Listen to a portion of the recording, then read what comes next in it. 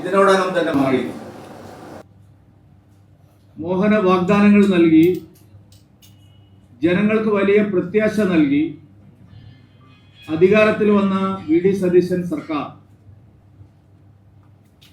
അവര് ജനങ്ങൾക്ക് മുമ്പിൽ പ്രകടന പത്രികയിൽ വെച്ച ഒരു വാഗ്ദാനവും പാലിക്കാൻ പോകുന്നില്ല എന്നുള്ളതിന്റെ കൃത്യമായിട്ടുള്ള സൂചനകളാണ് ആദ്യ ദിവസങ്ങളിൽ തന്നെ തെളിയുന്നത്. ഗവൺമെന്റ് വളരെ അഭിമാനകരമായിട്ടുള്ള ഒരു പദ്ധതിയായി കേരളത്തിലെ മുഴുവൻ സ്ത്രീകൾക്കും KSRTCയിൽ സൗജന്യ ബസ് യാത്ര പ്രഖ്യാപിച്ചതാണ്. എന്നാൽ ഇപ്പൊ പറയുന്നത് കേവലം ഓർഡിനറി ബസ്സുകളിൽ മാത്രം 100 ദിവസത്തേക്ക് ഒരു പരീക്ഷണ അടിസ്ഥാനത്തിൽ മാത്രമാണ് അനുവദിക്കാൻ പോകുന്നത്. അങ്ങനെയല്ലല്ലോ പ്രകടന പത്രികയിൽ പറഞ്ഞത്. പ്രകടന പത്രികയിൽ പറഞ്ഞത് സർക്കാർ അധികാരത്തിൽ വന്നാൽ ഒരാഴ്ചക്കകം കേരളത്തിലെ എല്ലാ സ്ത്രീകൾക്കും KSRTCയിൽ സൗജന്യമായ ബസ് യാത്ര അനുവദിക്കുമെന്നുള്ളതായിരുന്നു. ആ വാഗ്ദാനം പാലിക്കുന്നതിൽ സർക്കാരിന് യാതൊരു താല്പര്യവുമില്ല എന്നുള്ളതിന്റെ തെളിവാണ് ഇപ്പോഴത്തെ ഈ മലക്കം മറിച്ച്. ഗതാഗത മന്ത്രി പറയുന്നത് ഒരു കാര്യം, മുഖ്യമന്ത്രി അവകാശപ്പെടുന്നത് മറ്റൊരു കാര്യം. ഗതാഗത മന്ത്രിക്ക് ആദ്യം മുതലേ തന്നെ ഇത് നടപ്പാക്കാൻ സാധിക്കാത്ത ഒരു പദ്ധതിയാണ് എന്നുള്ള കാര്യത്തിൽ തർക്കമുണ്ടായിരുന്നില്ല. അതാണിപ്പോ പരീക്ഷണാടിസ്ഥാനം, 100 ദിവസത്തെ പഠനം, അതും ഓർഡിനറി ബസ്സുകളിൽ മാത്രം എന്നൊക്കെയുള്ള പുതിയ നിലപാടുമായി സർക്കാർ മുന്നോട്ട് വരാൻ കാരണം. എല്ലാ വിഷയങ്ങളിലും സർക്കാർ ഇതുപോലുള്ള നിലപാടാണ് സ്വീകരിക്കുന്നത്. സർക്കാരിനെ അധികാരത്തിൽ കൊണ്ടുവരാൻ ഏറ്റവും കൂടുതൽ സഹായിച്ച ഒരു വിഷയമായിരുന്നു ശബരിമലയിലെ സ്വർണ്ണക്കൊള്ള. ശബരിമലയിലെ സ്വർണ്ണക്കൊള്ളയെ കുറിച്ച് ആ കേസിന്റെ അന്വേഷണത്തെ സംബന്ധിച്ച് ഒരു കാര്യവും ഇപ്പോൾ സർക്കാർ പറയുന്നില്ല. ഇന്നിപ്പോ പുറത്തു വന്നിരിക്കുന്ന വാർത്ത, കേരളത്തിലെ പ്രധാനപ്പെട്ട 10ഓളം ക്ഷേത്രങ്ങളിൽ നിന്ന് തിരുവാഭരണങ്ങൾ കളവ് പോയിട്ടുണ്ട്. തിരുവാഭരണങ്ങൾ മോഷ്ടിക്കപ്പെട്ടിരിക്കുന്നു. സ്വർണ്ണക്കൊള്ളയിലെ SIT ശരിയായ രീതിയിലല്ല അന്വേഷിക്കുന്നതെന്നായിരുന്നു വി ഡി സതീശൻ പ്രതിപക്ഷ നേതാവായിരുന്ന കാലത്ത് മുഴുവൻ പറഞ്ഞുകൊണ്ടിരുന്നത്. സർക്കാർ അധികാരത്തിൽ വന്ന് ഇത്രയും ദിവസം കഴിഞ്ഞിട്ടും ആ പ്രത്യേക അന്വേഷണ സംഘത്തെക്കുറിച്ച് എന്തെങ്കിലും ഒരു നിലപാട് അദ്ദേഹം പറഞ്ഞിട്ടില്ല. സർക്കാർ അധികാരത്തിൽ വന്നാൽ ഉടൻ സംസ്ഥാന ഗവൺമെന്റ് ശബരിമല സ്വർണ്ണക്കൊള്ള കേന്ദ്ര ഏജൻസികൾക്ക് അന്വേഷണത്തിന് വിടുമെന്നുള്ളതായിരുന്നു ഒരു പ്രധാനപ്പെട്ട വാഗ്ദാനം.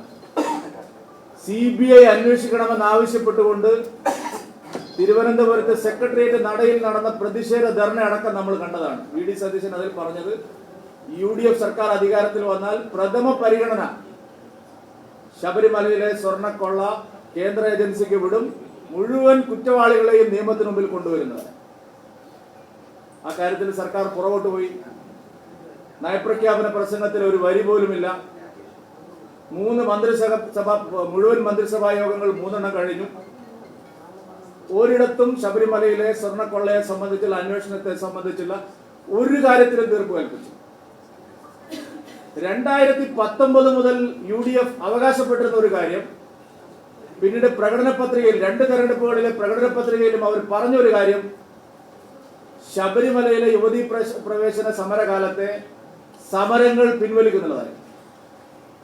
ശബരിമലയിൽ യുവതീ പ്രവേശന വിഷയവുമായി ബന്ധപ്പെട്ട് നടന്ന പ്രതിഷേധങ്ങളുടെ പേരിൽ കേരളത്തിൽ 10,000-കണക്കിന് ആളുകൾക്കെതിരെ കേസെടുത്തിട്ടുണ്ട്. ഒരു കാര്യവുമില്ലാതെ അയ്യപ്പ ഭക്തന്മാരെ ജയിലിൽ അടച്ചിട്ടുണ്ട്. അവർക്കെല്ലാം എതിരായി ഗുരുതരമായ വകുപ്പുകൾ എടുത്ത് ഇവിടെ കേസ് അന്വേഷണം നടന്നുകൊണ്ടിരിക്കുക. 10,000-കണക്കിന് ആളുകൾ കോടതി വരാന്തകൾ കയറി ഇറങ്ങുകയാണ്. 2019 മുതൽ UDF ആവശ്യപ്പെടുന്നത് 21-ലെയും 26-ലെയും പ്രകടന പത്രികയിൽ അവർ പറഞ്ഞിട്ടുള്ളതുമാണ് ഈ വിഷയം. ശബരിമലയിലെ ശബരിമലയിലെ യുവതീ പ്രവേശന സമയത്തെ സമരത്തിന്റെ പേരിലുള്ള എല്ലാ കേസുകളും പിൻവലിക്കും. നിരവധി തവണ UDF നേതാക്കൾ പിണറായി വിജയൻ മുഖ്യമന്ത്രിയായിരുന്ന കാലത്ത് ഈ ആവശ്യം ഉന്നയിക്കുകയും മുഖ്യമന്ത്രിക്ക് കത്തയക്കുകയും നിലപാട് വ്യക്തമാക്കുകയും ചെയ്തിട്ടുള്ളതാണ്. ഈ വിഷയത്തിൽ ഒരു തീരുമാനവും സർക്കാർ എടുത്തില്ല. മലയോര മേഖലയിലെ സാധാരണ ജനങ്ങളെ സംബന്ധിച്ച് ഏറ്റവും പ്രധാനപ്പെട്ട ഒരു വിഷയമാണ് വന്യജീവി സംഘർഷവുമായിട്ടുള്ള ബന്ധപ്പെട്ട പ്രശ്നം. അന്ന് UDF പല കാര്യങ്ങളും പറഞ്ഞിരുന്നു. UDFന്റെ ദേശീയ തലത്തിലുള്ള നേതാക്കളായിട്ടുള്ള രാഹുൽ ഗാന്ധിയും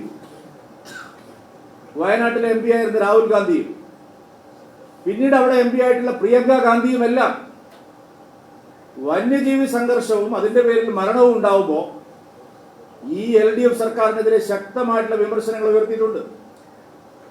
അവരന്ന് പറഞ്ഞത് കേന്ദ്രത്തിൽ നിന്ന് ലഭിക്കുന്ന സഹായം ഉൾപ്പെടെ ഒരു കാര്യങ്ങളും വന്യജീവി സംഘർഷം പരിഹരിക്കുന്നതിന് ഈ സർക്കാർ ഒരു നടപടിയും ഒരു കാര്യത്തിലും എടുക്കുന്നില്ല എന്നുള്ളതായിരുന്നു. അവര് വനാതിർത്തികൾ നിശ്ചയിക്കുന്നതിനെ സംബന്ധിച്ച്, വന്യജീവി സംഘർഷം കുറയ്ക്കുന്നതിനെ സംബന്ധിച്ച് ശാസ്ത്രീയമായിട്ടുള്ള ഇടപെടലുകൾ, അത് എനിക്ക് ഓർമ്മയുണ്ട് VD സതീശൻ പറഞ്ഞത്. ഇപ്പോഴത്തെ വൈദ്യുതി കമ്പനികൾ മാത്രമല്ല, ടെക്നോളജി ഉപയോഗിച്ചുകൊണ്ട് മഹാരാഷ്ട്രയിലും മധ്യപ്രദേശിലുമെല്ലാം സ്വീകരിച്ചിട്ടുള്ള നടപടികൾ, അത്യന്താധുനികമായ നടപടികൾ ഈ വന്യജീവി സംഘർഷം പരിഹരിക്കാൻ സംസ്ഥാന ഗവൺമെന്റ് ഒന്നും ചെയ്യുന്നില്ല എന്നുള്ളതാണ്. മാത്രമല്ല, CNAG റിപ്പോർട്ടിൽ വളരെ വ്യക്തമായി കേരളത്തിലെ വനം വകുപ്പിനെതിരായി, സംസ്ഥാന ഗവൺമെന്റിനെതിരായി ശക്തമായ നിലപാട് പറഞ്ഞിട്ടുണ്ട്. കേന്ദ്ര വിഹിതം, കേന്ദ്രത്തിൽ ലഭിക്കുന്ന പണം ശരിയായ നിലയിൽ ഉപയോഗിക്കുന്നില്ല, ആധുനിക സാങ്കേതിക വിദ്യ ഉപയോഗിക്കുന്നില്ല, ഫോറസ്റ്റ് ഓഫീസർമാർക്ക് യഥാസമയം പരിശീലനം നൽകുന്നില്ല. ഇവിടെ ഇപ്പോഴും ഒരു മുളവടിയും ഒരു കാലി ടോർച്ചും കൊടുത്തിട്ടാണ് നമ്മുടെ വനപാലകരെ വനത്തിലേക്ക് വിടുന്നത്. പക്ഷെ മറ്റു പല സംസ്ഥാനങ്ങളിലും ഏറ്റവും നൂതനമായിട്ടുള്ള സാങ്കേതിക വിദ്യകൾ ഉപയോഗിച്ചുകൊണ്ട് വന്യജീവികളെ ആക്രമണത്തിൽ നിന്ന് രക്ഷപ്പെടാനുള്ള കാര്യങ്ങൾ ചെയ്യുന്നു. ഇവിടെ വനാതിർത്തികൾ നിശ്ചയിക്കുന്ന കാര്യത്തിൽ പാകപ്പിഴ ഉണ്ടായിട്ടുണ്ട്. വനം വകുപ്പ് തന്നെ ധാരാളം കയ്യേറ്റങ്ങൾ നടത്തിയിട്ടുണ്ട്. കേരളത്തിൽ ഏറ്റവും കൂടുതൽ വനം കയ്യേറ്റം നടത്തിയിട്ടുള്ള ഒരു വകുപ്പ് ഇലക്ട്രിസിറ്റി ബോർഡാണ്, വൈദ്യുതി വകുപ്പാണ്. ഇതിനെല്ലാം എതിരായിട്ട് CNAG റിപ്പോർട്ടുണ്ട്. അന്ന് ശക്തമായ നിലപാട് സ്വീകരിച്ചയാളാണ് VD സതീശനും ഇവിടുത്തെ പ്രതിപക്ഷവും. ഈ സർക്കാർ വന്നതിന് ശേഷം എത്ര പേരുടെ ജീവഹാനിയാണ് ഉണ്ടായിരിക്കുന്നത്? എന്താ നിലപാട് പറയുന്നത്? മന്ത്രി പറയാണ് ഏറ്റവും പരിഹാസത്തോടുകൂടി, മുഖ്യമന്ത്രിയും മന്ത്രിയെ മാറിയിട്ടുള്ളൂ, ആന മാറിയിട്ടില്ല. അപ്പൊ കഴിഞ്ഞ ഗവൺമെന്റിന്റെ കാലത്ത് ആനയെ ചവിട്ടിക്കൊല്ലുമ്പോഴും കടുവ പിടിക്കുമ്പോഴും ഇതായിരുന്നോ സർക്കാരിന്റെ UDFന്റെ നിലപാട്? ആ പ്രശ്നത്തിൽ സർക്കാർ പുറകോട്ട് പോയിരിക്കുകയാണ്. കർഷകരുടെ ജീവഹാനിയെ സംബന്ധിച്ച് ആരും തന്നെ സംസാരിക്കാൻ തയ്യാറാവുന്നില്ല. പ്രധാനപ്പെട്ട പല വാഗ്ദാനങ്ങളും പാലിക്കാൻ പോകുന്നില്ല. ജനങ്ങളെ വഞ്ചിക്കാനാണ് തീരുമാനം എന്നുള്ളതാണ് ഇപ്പോൾ വരുന്നത്. കോൺഗ്രസിന്റെ രക്തത്തിൽ അലിഞ്ഞതാണ് ഈ വഞ്ചന. കോൺഗ്രസ് കർണാടകയിൽ സ്ത്രീകൾക്ക് സൗജന്യ ബസ് യാത്ര പറഞ്ഞു, പെൻഷൻ കൊടുക്കാമെന്ന് പറഞ്ഞു, പാലിച്ചില്ല. കോൺഗ്രസ് തെലങ്കാനയിൽ മഹാലക്ഷ്മി പദ്ധതി സ്ത്രീകൾക്ക് വേണ്ടി വലിയൊരു പ്രോജക്ട് പ്രഖ്യാപിച്ചു, പാലിച്ചില്ല. കോൺഗ്രസ് ഹിമാചൽ പ്രദേശിൽ 1500 രൂപ പ്രതിമാസം സ്ത്രീകൾക്ക് പെൻഷനായി കൊടുക്കുമെന്ന് പറഞ്ഞു, പാലിച്ചില്ല. എവിടെയെല്ലാം കോൺഗ്രസ് അധികാരത്തിൽ ഇരുന്നിട്ടുണ്ടോ അവിടെയെല്ലാം വഞ്ചനാപരമായ നിലപാടാണ് കോൺഗ്രസ് സ്വീകരിച്ചിട്ടുള്ളത്. വാഗ്ദാനങ്ങൾ നൽകുക, തെരഞ്ഞെടുപ്പിൽ ജയിക്കുക, അതിനുശേഷം ജനങ്ങളെ വഞ്ചിക്കുക. ഇത് കോൺഗ്രസിന്റെ രക്തത്തിൽ അലിഞ്ഞതാണ്, കോൺഗ്രസിന്റെ DNA ആണ്. അവർ കേന്ദ്രത്തിൽ അധികാരത്തിലിരിക്കുമ്പോഴും അവർ സംസ്ഥാനങ്ങളിൽ ഭരിക്കുമ്പോഴും ഇത് തന്നെയാണ് ചെയ്തത്. 60 കൊല്ലം ഈ രാജ്യം ഭരിച്ച അതേ വഞ്ചന അവർ കാണിച്ചു. എല്ലാ സംസ്ഥാനങ്ങളിലും ഈ വഞ്ചനയാണ് കോൺഗ്രസ്. അതേസമയം BJP ഭരിക്കുന്ന സംസ്ഥാനങ്ങൾ നിങ്ങൾ നോക്കൂ. കേരളത്തോടൊപ്പം സത്യപ്രതിജ്ഞ സംസ്ഥാനമാണ് ബംഗാൾ. ബംഗാളിൽ സൗജന്യ യാത്ര യാഥാർത്ഥ്യമായിരിക്കുന്നു. ബംഗാളിൽ മമതാ സർക്കാർ തടഞ്ഞു വെച്ച PM ആവാസ് യോജനയിൽ ഒപ്പിട്ടിരിക്കുന്നു. ബംഗാളിൽ PM അർബൻ ആവാസ് യോജനയിൽ ഒപ്പിട്ടിരിക്കുന്നു.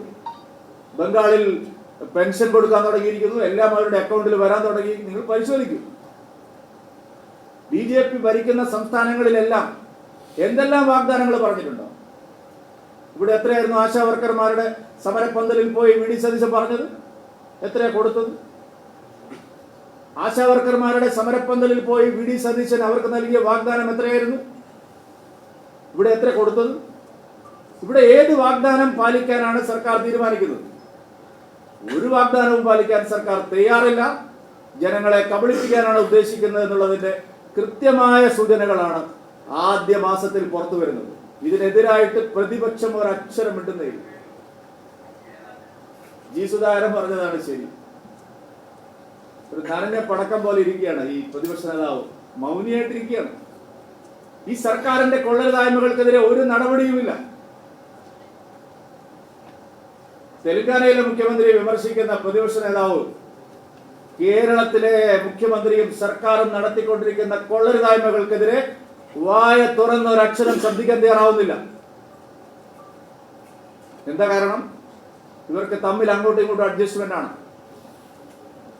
കേസുകൾ ഒത്തുതീർപ്പാക്കി പരസ്പരം രക്ഷപ്പെടുന്ന രീതിയാണ് കഴിഞ്ഞ ഇത്രയും ദശകങ്ങളായി കേരളത്തിൽ നടക്കുന്നത്. അത് തന്നെയാണ് ആവർത്തിക്കാൻ പോകുന്നത് എന്നുള്ളതിന്റെ തെളിവാണിത്. ഭാഗ്യവശാൽ 3 BJP MLA-മാർ കേരള നിയമസഭയിൽ ഉള്ളത് കൊണ്ട് ഇതൊന്നും ചോദ്യം ചെയ്യപ്പെടാതെ പോവില്ല എന്നുള്ളത് മാത്രമേ പറയാൻ സാധിക്കൂ.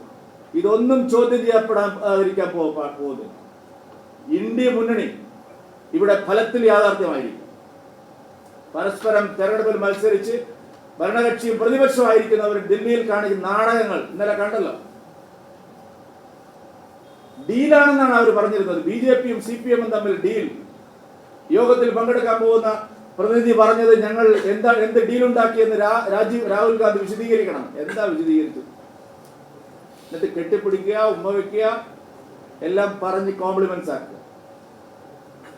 നാണം കെട്ട ഭരണകക്ഷിയും അതിലേറെ നാണം കെട്ട പ്രതിപക്ഷവുമാണ് കേരളത്തിൽ. അതുകൊണ്ട് ഇതിനെതിരായിട്ട് ജനങ്ങളുടെ പ്രതിപക്ഷമായി BJP പ്രവർത്തിക്കും, NDA പ്രവർത്തിക്കും. വരും ദിവസങ്ങളിൽ ഈ വിഷയങ്ങളെല്ലാം ഉയർത്തിപ്പിടിച്ചുകൊണ്ട് അതിശക്തമായിട്ടുള്ള ജനകീയ പ്രതിഷേധം, ജനകീയ സമരങ്ങൾ ഇതെല്ലാം ആസൂത്രണം ചെയ്യാനാണ് പാർട്ടിയും NDA-യും ആലോചിക്കുന്നത്. PM ശ്രീ പദ്ധതി കേരളത്തിലെ വിദ്യാർത്ഥികൾക്ക് ഏറ്റവും അനുയോജ്യമായിട്ടുള്ള ഒരു സമഗ്രമായിട്ടുള്ള പരിഷ്കരണമാണെന്ന് ഞങ്ങൾ നേരത്തെ പറഞ്ഞതാണ്. ആ പദ്ധതി മുടക്കുക വഴി ലക്ഷക്കണക്കിന് വിദ്യാർത്ഥികളുടെ ഭാവി, കഴിഞ്ഞ 4 വർഷം അവർക്ക് നൈപുണ്യ വികസനത്തിന്, കലാ സാംസ്കാരിക രംഗത്തെ പ്രോത്സാഹനത്തിന്, കായിക രംഗത്തെ മികവിന്, പുതിയ അറിവുകൾ നേടാനുള്ള, പഠിക്കാനുള്ള അവസരത്തിന്, മത്സര പരീക്ഷകളിൽ മറ്റുള്ളവരോടൊപ്പം ഏറ്റുമുട്ടാനുള്ള, മത്സരിക്കാനുള്ള അവസരത്തിന് എല്ലാം തടസ്സം നിൽക്കുന്ന സമീപനമാണ് കഴിഞ്ഞ സർക്കാർ സ്വീകരിച്ചത്. കഴിഞ്ഞ സർക്കാർ അത് സ്വീകരിക്കാനുള്ള ഒരു പ്രധാനപ്പെട്ട കാരണം UDF-നകത്തുള്ള മുസ്ലിം ലീഗിലെയും അതുപോലെ ജമാഅത്തെ ഇസ്ലാമിയുടെയും അടക്കം സമ്മർദ്ദമായിരുന്നു. കാരണം ഇവിടെ എപ്പോഴും അങ്ങനെയാണല്ലോ, മതമൗലികവാദ സംഘടനകൾ സമ്മർദ്ദത്തിലാക്കിയാൽ ഏത് പരിഷ്കാരവും വേണ്ടെന്ന് വെക്കുന്ന സംസ്ഥാനമാണ് കേരളം. പക്ഷേ അവർ ഭരിക്കുന്ന സംസ്ഥാനം, കോൺഗ്രസ് രാജസ്ഥാൻ ഭരിച്ചപ്പോൾ അവിടെ PM ശ്രീയിൽ ഒപ്പിട്ടു. കർണാടകയിലെ കോൺഗ്രസ് സർക്കാർ PM ശ്രീ നടപ്പാക്കുന്നു.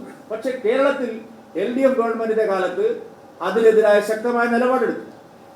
LDF ഗവൺമെന്റ് അവിടെ പോയി ആരും അറിയാതെ ശിവൻകുട്ടി തലയിൽ മുണ്ടിട്ട് അവിടെ പോയി ഒപ്പിട്ട്. പ്രശ്നം ഇവിടെ വലിയ വാർത്തയായപ്പോൾ കുറച്ചു കാലത്തേക്ക് മാറ്റിവെച്ചു. ഞങ്ങൾ അന്നേ പറഞ്ഞു PM ശ്രീ നടപ്പാക്കുന്നതിൽ കാലതാമസം ഉണ്ടാക്കിയതിന് LDF-ഉം UDF-ഉം വിദ്യാർത്ഥി സമൂഹത്തോടും രക്ഷിതാക്കളോടും മാപ്പ് പറയേണ്ടതാണ്. ഇനി ഒരു കാര്യം ഞാൻ പറയാം, ഇപ്പോഴത്തെ വിദ്യാഭ്യാസ മന്ത്രി മുസ്ലിം ലീഗിന്റെ വിദ്യാഭ്യാസ മന്ത്രിക്ക് തന്നെ PM ശ്രീ നടപ്പാക്കേണ്ടി വരും. ഞാനൊരു അഡ്വാൻസ് ആശംസ നമ്മുടെ വിദ്യാഭ്യാസ മന്ത്രി ശംസുദ്ദീന് നൽകുകയാണ്. എന്തിനായി ഈ ഇരട്ടത്താപ്പ് കാണിക്കുന്നത്? സത്യം എന്താ പറഞ്ഞൂടെ? PM ശ്രീയിൽ എന്താ കുഴപ്പം? ഇപ്പൊ ഒരു സമിതിയെ വെച്ചിരിക്കുകയാണ്. ഇതൊക്കെ വെറും അടവ് നയങ്ങളാണ്, മുടന്തൻ ന്യായങ്ങളാണ്. മുസ്ലിം ലീഗും ജമാഅത്തെ ഇസ്ലാമിയും CPI-യും അടക്കമുള്ള പാർട്ടികൾ ചേർന്ന് ബഹളം വെച്ചപ്പോൾ കേരളത്തിലെ മുഖ്യധാര പാർട്ടികളെല്ലാം അതിൽ മുങ്ങിപ്പോയി. സത്യം, കേരളത്തിലെ 700ഓളം സ്കൂളുകൾക്ക് ആദ്യഘട്ടത്തിൽ ഒരുപാട് അവസരങ്ങളാണ് നഷ്ടമായത്. വിദ്യാഭ്യാസ മേഖലയിൽ സ്കൂളുകളുടെ നവീകരണത്തിന്, പുതിയ സാങ്കേതിക വിദ്യകൾ അവർക്ക് പഠിക്കാൻ, ഇൻഫ്രാസ്ട്രക്ചർ ഡെവലപ്മെന്റിന് എല്ലാം ഓരോ സ്കൂളിനും അധികമായി 1 കോടി രൂപയാണ് കേന്ദ്ര സർക്കാർ ഈ ഇനത്തിൽ മാത്രം നൽകുന്നത്. മറ്റടിസ്ഥാന സൗകര്യ വികസനത്തോടൊപ്പം അതിൻ്റെ തുടർ ചെലവുകളൊക്കെ ഏത് സ്കൂളിനും മെച്ചപ്പെടാൻ കഴിയുന്ന ഒരു സാഹചര്യം കളഞ്ഞു പൊളിച്ചതിന് ഈ വിനാശകരമായ രാഷ്ട്രീയം കളിച്ച ദേശവിരുദ്ധ നിലപാടുള്ള ഈ പാർട്ടികൾക്കെതിരായി അവർ ജനങ്ങളോട് മാപ്പ് പറയണം എന്നുള്ളതാണ് ഞങ്ങളുടെ തലം. ഈ PMC പദ്ധതിയിൽ നിന്ന് ഫണ്ട് കിട്ടുന്നത് നല്ല കാര്യം, 1 കോടി രൂപ വെച്ചിട്ട്. പക്ഷേ ഈ SSK ഫണ്ട് എന്തിനാണ് ദേശീയ വിദ്യാഭ്യാസ നയം നടപ്പാക്കാത്തവര് എന്തിനാ കാശ് വാങ്ങിയിട്ട് ഇവിടെ കുട്ടടിക്കണം? എല്ലാവരും രാജ്യത്ത് കേന്ദ്ര സർക്കാർ ഒരു വളരെ പുരോഗമനപരമായ ഒരു സ്കീം കൊണ്ടുവരുമ്പോൾ അത് നടപ്പാക്കാനുള്ള ബാധ്യത സംസ്ഥാനങ്ങൾക്കുണ്ട്. താങ്കൾ പറയുന്നത് പോലെയല്ല, കൺകറന്റ് ലിസ്റ്റിലാണ് ഈ വിദ്യാഭ്യാസം എന്ന് പറയുന്നത്. ഇവർക്ക് മാത്രം എഴുതിയിട്ടാക്കാൻ പറ്റുന്നതല്ല. വിദ്യാഭ്യാസം കൺകറന്റ് ലിസ്റ്റിലാണ്. തർക്കമുള്ള വിഷയങ്ങളിൽ ചർച്ചയാവാം. പക്ഷെ അടിസ്ഥാനപരമായ ഒരു നിലപാട് വന്നാൽ, കേന്ദ്ര നിയമം വന്നാൽ, ആ നിയമം തന്നെയാണ് എല്ലാ സംസ്ഥാനങ്ങളും അംഗീകരിക്കാം. അതൊക്കെ ഈ അർബൻ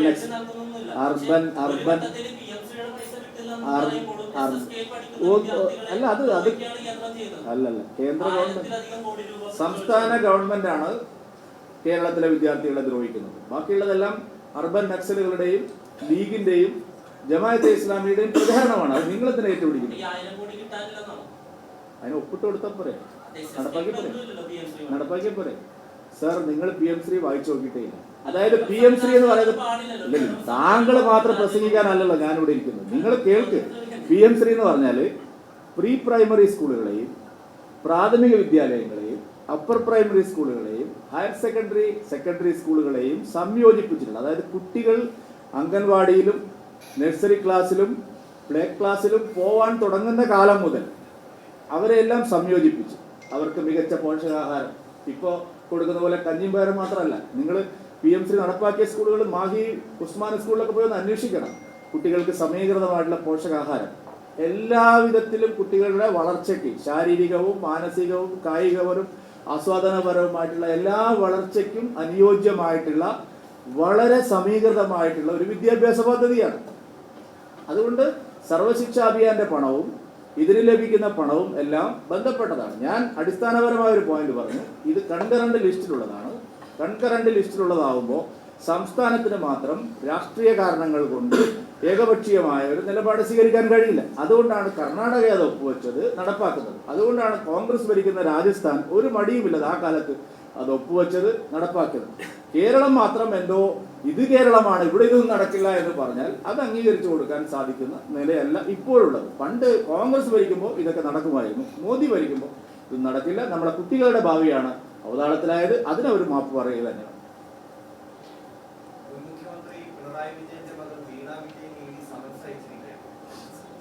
അതിപ്പോ എന്തായാലും വരുമല്ലോ. നിയമത്തിന് വഴിക്ക് പോവുകയാണെങ്കിൽ വരാതിരിക്കാൻ പറ്റും. എന്താ നിങ്ങൾ ചോദിക്കില്ലേ, റെയ്ഡൊക്കെ കഴിഞ്ഞിട്ട് എന്തായി? അത് അടുത്ത ചോദ്യം അതായിരിക്കില്ലേ? അല്ല, റെയ്ഡൊക്കെ നടന്നല്ലോ വലിയ കാര്യത്തിൽ. തന്നെ റെയ്ഡ് കഴിഞ്ഞാൽ അല്ലെങ്കിൽ പരിശോധന കഴിഞ്ഞാൽ സമൻസ് അയക്കും, ചോദ്യം ചെയ്യും. അതൊക്കെ ഓരോ കേസിനെയും സംബന്ധിച്ചുള്ള നിയമപരമായിട്ടുള്ള നടപടിക്രമങ്ങളാണ്. അതിലെനിക്ക് അഭിപ്രായം പറയേണ്ട ആവശ്യമില്ല.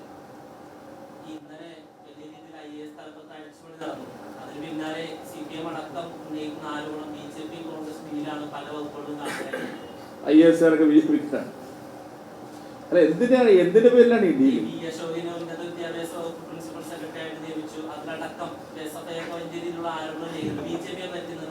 SFI പറയുന്ന കേട്ടിട്ട് ഭരിക്കാനാണ് ഇവിടെ ഇരിക്കുന്നത്. അവർക്കെന്താ കാര്യമുള്ളത് കേരളത്തിൽ? അവരാരാണ് ഇവിടെ? SFI എന്ന് പറഞ്ഞാൽ എന്താ വലിയ ആനയാണെന്നാണ് നിങ്ങൾ ധരിക്കുന്നത്. അവർ പറയുന്നത് കേട്ടിട്ടാണ് സർക്കാർ ഭരിക്കുന്നത്. BJP ആയിട്ട് അതിനെന്താണ് ബന്ധം? IAS ഉദ്യോഗസ്ഥന്മാരെയും IPS ഉദ്യോഗസ്ഥന്മാരും അവർ കേന്ദ്ര കേഡറിലുള്ള സർവീസിലുള്ളവരാണെന്ന് വിചാരിച്ചിട്ട് BJP ആയിട്ട് എന്താണ് ബന്ധം? BJP ആയിട്ടൊന്നും ഒരു ബന്ധമില്ല. എന്തിനായിരുന്നു പിണറായി വിജയൻ അത്തരം ഉദ്യോഗസ്ഥന്മാരെ പുറത്താക്കിയതെന്ന് പരിശോധിക്കുമ്പോൾ എല്ലാവർക്കും അറിയുന്ന കാര്യമാണിത്. ഞങ്ങൾക്ക് നിലപാട് പറയേണ്ട ആവശ്യം. ഡീൽ യഥാർത്ഥത്തിൽ LDF-ഉം UDF-ഉം തമ്മിലാണ്. അതുകൊണ്ടാണ് SFIO കേസിൽ ഒരു അക്ഷരം VD സതീശൻ സാറ് മിണ്ടുന്നില്ലല്ലോ. എന്താ പറഞ്ഞുകൊണ്ടിരുന്നത് നേരത്തെ? SFIO കേസിൽ ഡീലാണെന്ന് പറഞ്ഞ് ഞങ്ങളെ പിന്നാലെ നടന്നതല്ലേ VD സതീശൻ?